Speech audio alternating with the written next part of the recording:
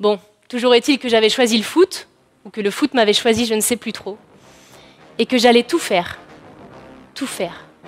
pour atteindre mes rêves. Est-ce que tu sais twerker? Non.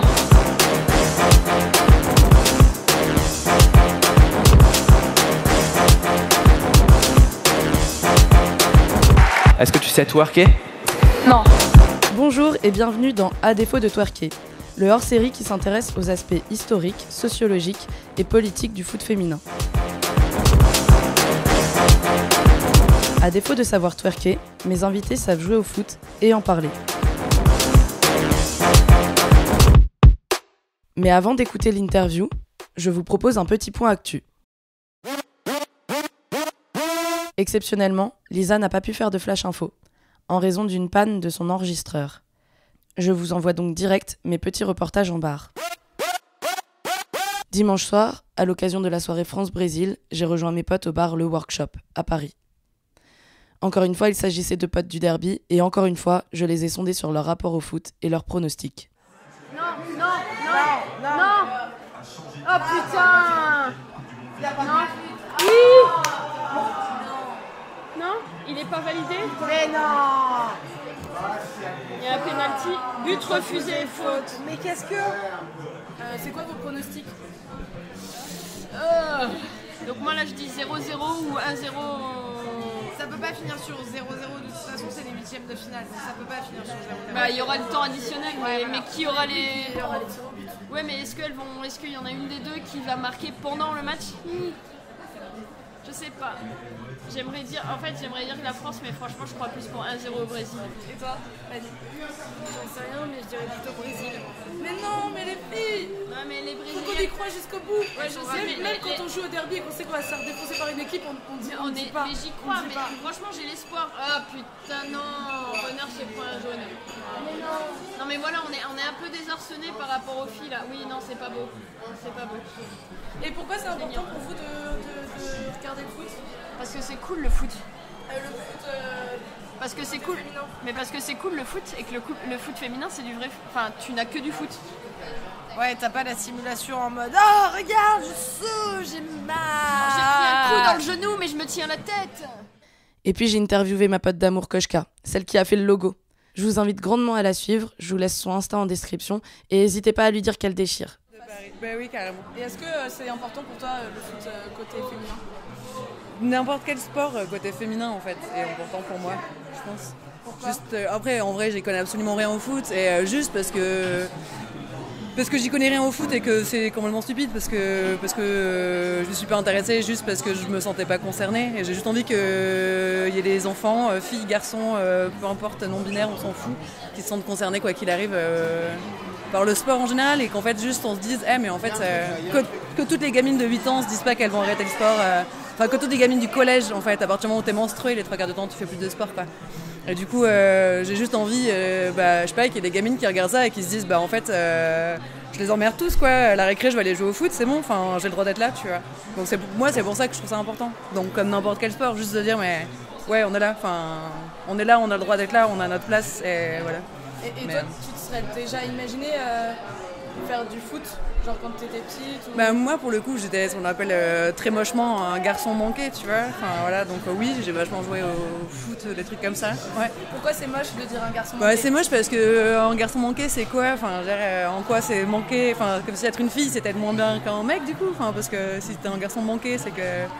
Ouais, enfin voilà. Pas réussi. Ouais, c'est ça, je sais pas. Ouais. Ou alors peut-être que justement, enfin, ou alors si t'es un garçon manqué, que c'était une fille réussie, mais c'est-à-dire que c'était une vraie fille. Enfin bref, je sais pas, c'est chelou comme expression. Cette expression, je me rappelle trop, mais genre j'ai un souvenir de quand j'étais en CE2 avec ma meilleure amie de l'époque. On était vraiment trop connes et on avait décidé qu'on allait être des garçons manqués. C'est genre, si on devenait des garçons manqués comme ça, on pourrait traîner avec les garçons. Ouais. Mais genre, mais c'est, on avait fait le choix de devenir, vas-y, c'est quoi? À partir de demain, on est des garçons manqués. Mais ça du coup, le lendemain, on est allé jouer dans la terre avec les mecs, quoi. Enfin, genre à la télé, genre, ok. c'est cool. Et est-ce que vous aviez été accepté par. Ouais, Est-ce que vous aviez été accepté par le groupe de mecs au final? Parce que vous étiez garçon manqué? Non, pas parce qu'on était garçon manqué, c'était juste parce qu'on avait bien voulu jouer à la Gadou et voilà, tu vois, c'est tout quoi. Des filles qui se battent dans la boue. Non, j'avais 8 ans, s'il te plaît. Voilà. Alors maintenant, s'il vous plaît, arrêtez avec cette expression garçon manqué. Ça veut rien dire. T'es une meuf, tu fais du foot, tu kiffes la bagarre et t'aimes pas les robes, t'es juste une putain de meuf réussie. Et que ouais, du coup j'ai joué au foot. Bon, on en a déjà parlé toi et moi, mais j'ai eu une éducation pas super genrée, donc je faisais des activités de bonhomme entre guillemets, tu vois, quand j'étais petite. Donc ouais, j'ai joué au foot. Mais par contre, clairement, je pense que j'ai fait beaucoup de basket moi en fait aussi. Mais j'ai arrêté mi-collège et je faisais vachement de sport en fait. Et j'ai arrêté mi-collège et j'ai attendu le derby en fait pour m'y remettre. Alors que j'étais hyper sportive, juste parce que en fait je prends du muscle assez facilement. Je sais pas, je dis pas ça pour me la péter du tout, mais je peux prendre du muscle assez facilement. Je suis assez carré et du coup faire du sport ça voulait dire entretenir les muscles et en fait dans ma tête c'était tellement pas féminin, tu vois. Et du coup j'avais pas envie d'être musclée, fallait pas que je sois sportive parce que sinon j'allais plus être féminine, tu vois. Donc il y a eu un mois, je le sais exactement, je l'analyse très bien ça. J'ai arrêté de faire du sport parce que c'était un moyen pour moi de rester féminine et de pas me masculiniser plus que je l'étais déjà parce que j'ai une morphologie de base qui est très carrée quoi. Donc c'est vraiment ça. Et c'est le derby qui m'a fait accepter le fait qu'un corps féminin musclé, en fait c'est aussi valable que n'importe quel autre type de corps et on s'en fout. Et c'était aussi valable et aussi beau en fait. Enfin voilà, il y a de la beauté dans tous les corps et c'est vraiment le derby moi qui m'a aidé là-dedans quoi. Et c'est pour ça que je me dis que c'est là, tu vois, je vois ces meufs qui font du foot et qui sont canons ou pas d'ailleurs, mais on s'en fout parce que ce qui importe c'est qu'elles soient bonnes en foot aussi, tu vois. Mais dans tous les cas, c'est des rôles modèles pour les gamines et pour les gamins aussi d'ailleurs qui voient ça et qui vont arrêter de se dire que le terrain de foot il est pour eux, tu vois. Je pense que c'est important que les petits mecs ils réalisent aussi qu'en fait les city stades ils sont pas eux, les rues elles sont pas eux, enfin genre tu partages en fait. Je pense que c'est important qu'ils se rendent compte de ça quoi. Donc, Yes. Merci. De rien. Et puis hier, pour la première fois de ma vie, je suis allée au Parc des Princes pour voir un match. Parce que franchement, à part les matchs de mon oncle à La Chapelle ou à Pâté, où avec les autres gosses, on courait partout et on se gavait de frites ketchup et de Mr Freeze, j'étais jamais allée voir un vrai match dans un vrai stade. Alors oui, la France ne jouait pas, oui, le stade n'était pas complètement rempli, mais quand même, putain, c'était une fucking première pour moi.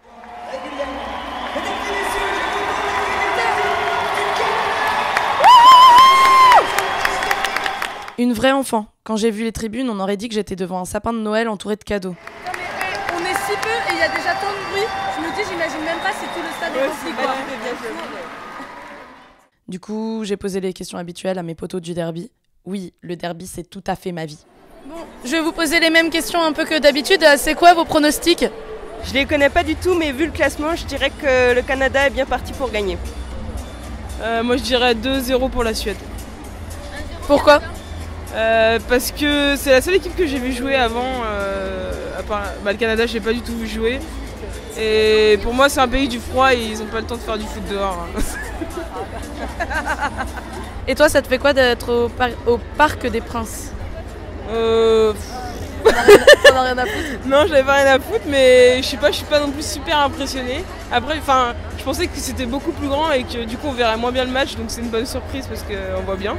Pourquoi c'est important pour toi de regarder le foot côté féminin? Pour soutenir la cause féminine, qu'on arrête de rabaisser les femmes, soi-disant elles savent pas faire de sport, elles sont plus nulles que les mecs, ça veut rien dire.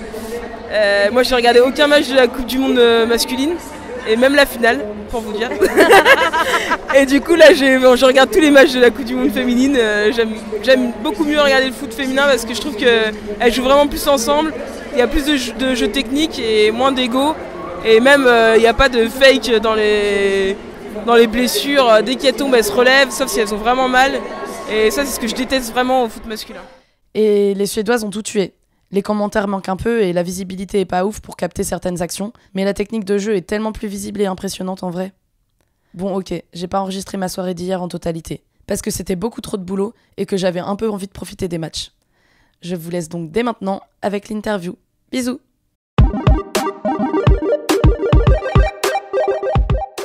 Pour cet épisode, je reçois Frédérique Jossinet, ancienne championne olympique de judo, qui est aujourd'hui responsable du foot féminin et de la féminisation dans le foot à la Fédération française de football.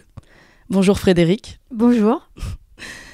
Pour commencer, est-ce que vous pouvez nous parler de votre carrière pro et de votre carrière sportive qui finalement sont concomitantes ?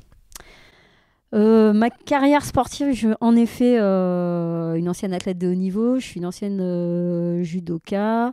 J'ai quelques titres à mon palmarès. Je suis restée 15 ans en équipe de France, jeune et senior. J'ai représenté la France sur 3 Olympiades.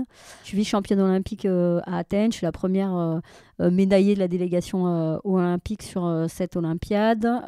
J'ai des titres de championne du monde, championne d'Europe, championne de France, Coupe d'Europe avec mon club l'US Orléans Judo. Des titres de championne du monde par équipe avec l'équipe de France féminine. Parce que la discipline n'était pas mixte, entre guillemets, en tout cas sur cette compétition à l'époque, elle l'est devenue depuis. Et puis, je suis ancienne entraîneur nationale aussi de judo. J'entraînais les jeunes, élites jeunes, à l'INSEP, dans notre pôle olympique. Et puis, j'ai atterri par la suite dans un cabinet ministériel. J'étais conseillère spéciale de la ministre des Sports, Valérie Fornéron. Je traitais les sujets haut niveau, sport au féminin, et les femmes dans le sport, ce qui n'est pas tout à fait la même chose, notamment à travers la loi égalité qui est sortie en août 2014 avec l'impulsion donc, de la ministre des droits des femmes, Najat Vallaud-Belkacem, et du ministère des Sports. Et on a mis en place un certain nombre d'actions en faveur du sport féminin et de son rayonnement, comme les 24 heures du sport féminin avec le CSA, qui sont devenues les 4 saisons du sport féminin, puis le sport au féminin toujours, donc une action très forte qui a notamment permis de passer de 7% de sport féminin à la télé, notamment à quasiment aujourd'hui 20% en quelques années, comme quoi on a besoin d'actions fortes pour développer et faire rayonner le sport au féminin. Et puis on a mis aussi en place notamment les plans de féminisation, en tout cas on les a rendus obligatoires à travers toutes les fédérations, avec des exemples qui, en tout cas de fédérations qui étaient déjà moteurs ou motrices sur le sujet, comme la Fédération française de football.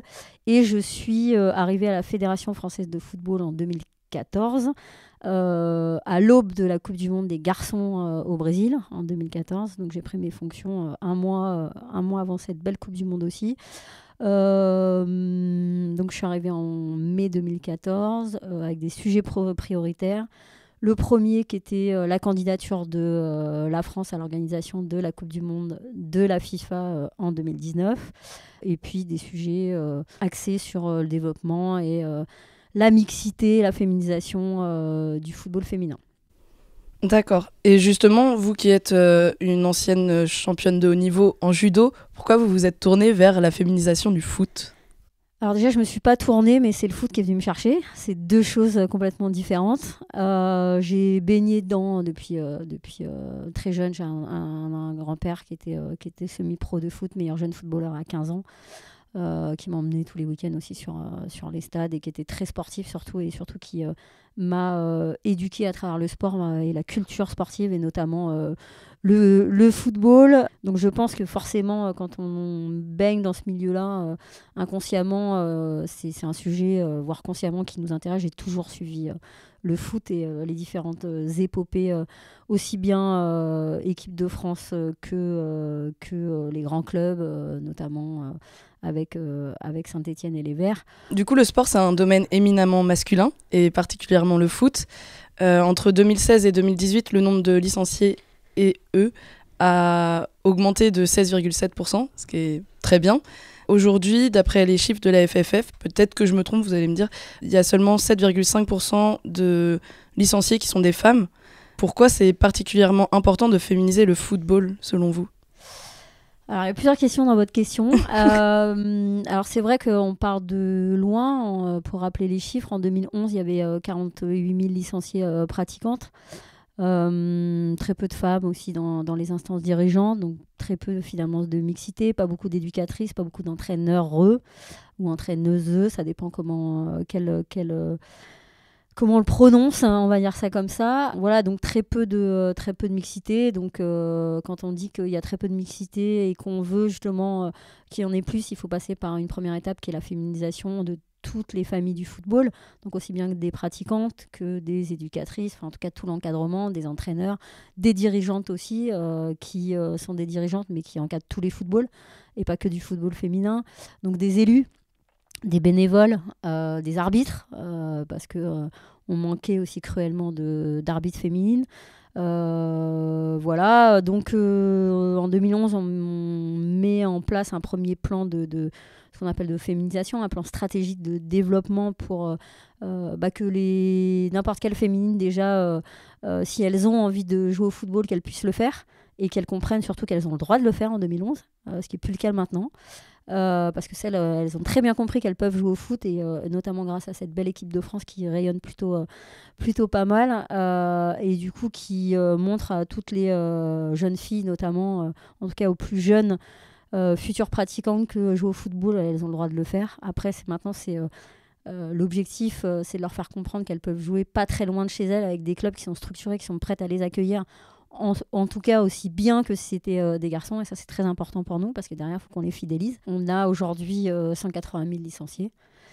On a un objectif de 200 000 licenciés d'ici 2 ans. Après, ce qu'il faut ne pas oublier au-delà justement de l'accueil de toutes ces nouvelles licenciées, donc aussi bien dans la pratique que aussi des femmes qui veulent faire partie de cette aventure football, c'est aussi de les garder, de les fidéliser, de leur donner des responsabilités, de leur permettre aussi de jouer dans des conditions aussi bonnes que celles qu'on met en place pour les garçons, avec des championnats aussi 100% féminins, avec de qualité, qui performent, etc., etc. Et puis on a besoin aussi d'installer un parcours de formation pour les jeunes talents, les jeunes joueuses aussi, qui sont au regard de ce qu'on fait et de ce qu'on a fait et qu'on fait très bien chez les garçons. Donc tout ça, ça prend du temps. Il faut plus de femmes aussi dans les clubs, dans les comités de direction, dans les ligues, dans les districts, pour encadrer tous les footballs, parce que quand tu as un nombre plus important de licenciés, il y a aussi plus de sections. Nous, on a eu besoin d'avoir une vraie réflexion de c'est quoi un parcours pour devenir arbitre de haut niveau, comme une Stéphanie Frappard. On veut pas que ces jeunes arbitres arbitrent que du football féminin, mais qu'arbitrent tous les footballs, quel que soit le football, et y compris les masculins. Et surtout au plus haut niveau, et donc en Ligue Pro. Et pour ça, il faut un vrai parcours d'accompagnement, un vrai plan de développement aussi spécifique. Et on est en plein dedans en ce moment, et ça cartonne plutôt pas mal, puisqu'on a passé la barre des 1000 arbitres il y a un mois. Du coup, vous répondez exactement à la question que j'avais prévue après, qui était quelles actions vous mettez en place pour la féminisation du foot. Mais du coup, concrètement, comment vous avez fait pour attirer des nouvelles licenciées, des arbitres féminines vous avez mis en place des plans de communication? En fait, pour chaque objectif majeur de ce plan stratégique de féminisation, on met en place évidemment donc, des objectifs chiffrés, quantitatifs mais aussi qualitatifs. On a des relais très forts avec les ligues, avec les districts pour atteindre aussi les clubs. On met en place des actions nationales qui vont être portées par ces ligues et des districts. Depuis 2 ans, on a lancé un club des 100 femmes dirigeantes de demain. C'est en fait des femmes qui sont déjà dans le giron du football, mais qu'on va accompagner, qu'on va former pour qu'elles soient encore plus expertes en fait sur le football et leurs compétences. Donc c'est un programme d'accompagnement. Aujourd'hui, on a 70 femmes qui font partie de ce dispositif. Ça veut dire que dans 2 ans, potentiellement, il y a des élections aussi. Donc c'est des femmes qui vont être mises en confiance, qui vont se présenter aussi. Il va y en avoir plus. On manque de présidentes de district, on manque de présidentes de ligue. Il y a un accompagnement sur la semi-professionnalisation aussi des arbitres de haut niveau pour les accompagner, parce que ça prend aussi beaucoup de temps. La plupart du temps, c'est des arbitres qui travaillent aussi à côté et donc qui doivent se déplacer tous les week-ends. Donc c'est assez compliqué aussi pour elles. Donc on va les traiter entre guillemets comme des athlètes de haut niveau, et voilà, on va les accompagner aussi dans leur démarche pour qu'elles soient aussi plus performantes et qu'elles soient plus disponibles pour effectuer aussi des stages à Clairefontaine, dans un encadrement aussi précis. Avec tout ce qui se passe en ce moment, mais depuis quand même 4-5 ans, et même, j'allais dire, depuis 2011, avec une belle équipe de France qui est arrivée en demi-finale d'une Coupe du Monde en Allemagne. Pour la première fois, des matchs qui sont montrés et diffusés à la télé sur des chaînes gratuites, et où on montre au grand public, mais du coup aux familles aussi, que c'est possible de jouer au foot, que 2, ça joue bien au foot, et que 3, voilà, c'est des vrais rôles modèles, des vraies ambassadrices de la discipline. Justement, vous parliez de 2011, de la Coupe du Monde féminine de 2011 qui s'est déroulée en Allemagne, et où les Bleus ont été qualifiées jusqu'en demi-finale, où elles ont perdu contre les États-Unis. Et c'est à cette période-là que la FFF a décidé de lancer un plan de féminisation du foot que vous avez rejoint en 2014. Pourquoi cet intérêt il est si tardif pour la féminisation du foot pour le foot féminin de la part de la FFF? Je pense qu'il faudrait demander au président qui était là avant 2011. Je pense qu'il y a eu beaucoup de choses qui sont passées en 2011. C'est pas juste le fait que d'un seul coup, il y a eu les filles qui soient en demi-finale. C'était fait en amont, c'est-à-dire que déjà, il y a eu l'épopée malheureuse de Naïsna à l'été 2010, où il y a un grand public et spécialiste qui se sont désintéressés du football masculin dû au comportement aussi de cette équipe. Il y a eu du coup quelques mois après l'élection de Noël Le Graët à la tête de la fédération, qui lui est convaincu depuis très longtemps sur la place de la femme dans la société, mais aussi dans le sport et bien évidemment dans le football, qui a demandé juste après son élection de travailler sur un plan stratégique de développement et structuration du football féminin et de féminisation. Donc ça, c'est la deuxième chose. Le levier est très important parce que sans impulsion politique, on n'avance pas. Quand évidemment l'impulsion émane du président juste après une élection et que c'est un enjeu de son mandat, bien évidemment qu'il nous donne les moyens aussi de mettre en place un plan qu'il a validé, et du coup ça a entre guillemets beaucoup plus vite. Il y a eu ça, et en effet le dernier levier de 2011, c'est évidemment la France qui va en demi-finale de cette Coupe du Monde en Allemagne, avec des diffusions en clair, avec des horaires adaptés et surtout pas de décalage horaire aussi par rapport à la France, et du coup on voit une belle équipe de France et du coup qui fait dire aux supporters de l'équipe de France des garçons 8 mois auparavant que finalement cette équipe de France féminine elle est plutôt sympa et qu'elle porte les valeurs que l'équipe de France de l'époque ne portait plus, et finalement un peu tout ça fait un peu c'est du 3 en 1, ça fait un peu boule de neige, et je pense que le démarrage vient aussi évidemment de 2011. Il y aura toujours un avant et après 2011. Dans la continuité de cette question, donc il y a une valorisation qui est de plus en plus grande du foot féminin par les marques et par les fédérations, notamment en décembre 2018, Ada Hegerberg a reçu le Ballon d'Or, et c'était la première fois qu'une femme recevait le Ballon d'Or. Est-ce qu'ils surfent pas un peu sur la vague du féminisme qui est à la mode depuis le hashtag MeToo, etc. Je pense pas sur le foot pour le coup, parce qu'on s'est mis bien en amont en fait de justement ce pinkwashing, de l'affaire MeToo, etc., etc. Donc nous, ça date un petit peu. C'est bien avant. Je pense que la FIFA et l'UEFA, pareil, s'est emparé et a bien compris aussi de la nécessité, parce que d'exposer entre guillemets et de faire rayonner ce football féminin, et notamment de ces joueuses. Les joueuses, c'est quand même des femmes qui jouent au football dans un sport du coup qui est en effet à connotation hyper masculinisée. Le football tout court entre guillemets, c'est bien plus que du football. On le sait très bien, quand il y a une Coupe du Monde de football masculine, tout s'arrête pendant un mois. On l'a vu encore il y a pas longtemps. Voilà, tout le monde se rassemble. Je pourrais prendre plein d'exemples, mais c'est vrai que c'est un objet exceptionnel de rayonnement du pays, de rayonnement aussi d'une institution, mais aussi c'est un produit, comme je le disais, qui rassemble toutes les populations, que ce soit les femmes, les hommes, quelle que soit l'ethnie, etc.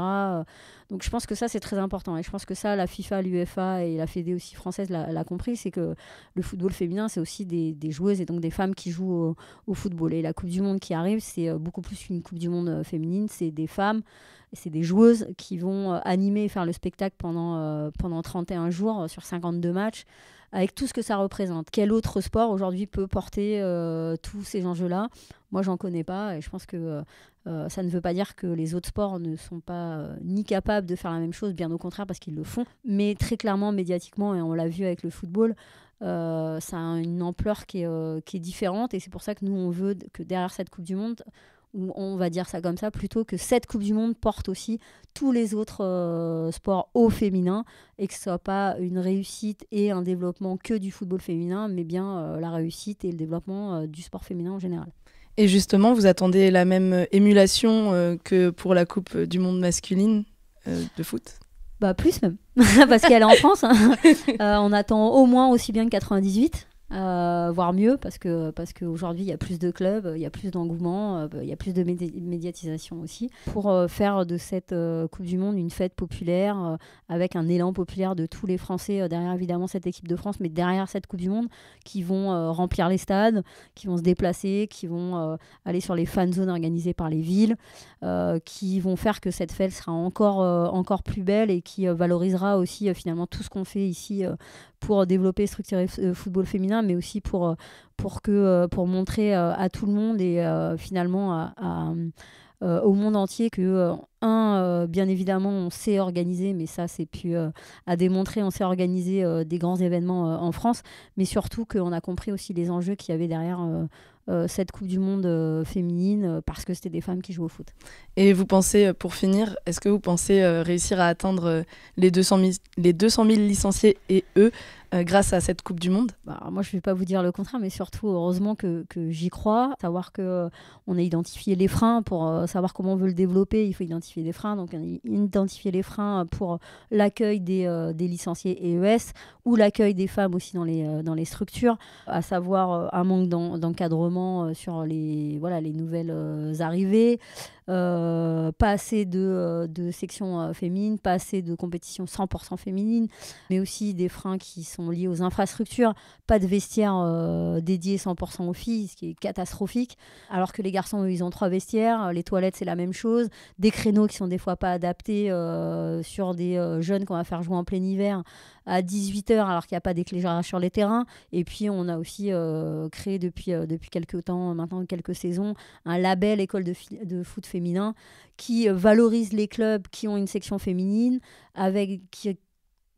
qui mettent en place et qui du coup répondent à des critères que nous on a décidé d'encadrement, aussi bien en termes de niveau de diplôme que de type d'infrastructure, que de nombre de joueuses dans le club, que d'accueil du coup privilégié pour les féminines. Ça, c'est des leviers qui sont très importants, mais du coup on voit une accélération qui est assez impressionnante grâce justement à tout ce qu'on a mis en place. Et nous, ce qu'on essaie bien évidemment avec tout ce qu'on met en place, ce qu'on a mis en place avec l'émulation, l'animation des territoires en vue de cette Coupe du Monde, avec les médias aussi qui sont très présents aujourd'hui pour nous accompagner et du coup diffuser tous les matchs, avec aujourd'hui aussi des stades qui sont pleins quand l'équipe de France joue et qui seront pleins sur la Coupe du Monde, et pas que sur les matchs de l'équipe de France. Et ça, c'est quand même une vraie réussite pour l'instant, que voilà, il y a un avant finalement et un après Coupe du Monde 2019, et qu'on ait réussi notre pari, et surtout le pari du président qui voulait candidater, qui voulait accueillir cette Coupe du Monde, parce qu'il avait compris qu'en effet, on avait besoin de cette Coupe du Monde pour accélérer notre développement, pour définitivement structurer aussi ce football féminin et cette mixité dans le football, pour nous faire passer un cap et pour installer aussi définitivement dans le paysage du sport français, ce football féminin. Ok, super, merci beaucoup d'avoir répondu à mes questions. C'était avec plaisir. J'espère qu'on va remplir les stades et qu'il va y avoir cette même émulation, comme vous l'attendez. On fera la fête aux Champs-Élysées. Exactement.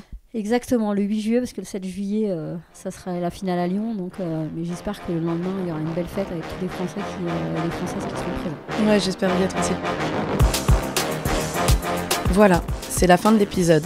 À défaut de twerker est un hors-série du podcast L'Olympiade Femelle, qui s'intéresse au féminisme au pluriel et au sport au pluriel. Je remercie l'équipe de Podcut, sans qui cette aventure n'aurait pas été possible.